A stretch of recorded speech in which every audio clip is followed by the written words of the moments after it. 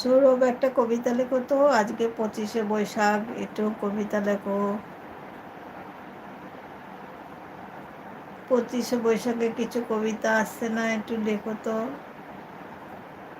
আমি তো লাইভটা শুরু করলাম, কবিগুরু রবীন্দ্রনাথের গান গেয়ে লাইভটা শুরু করলাম।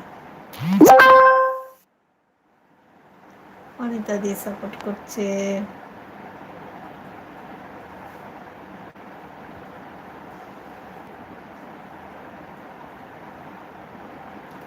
হাসি নয়, কাঁদছি। ও কাঁদছো কেন? কাঁদছো কেন? অঞ্জনা দিদিভাই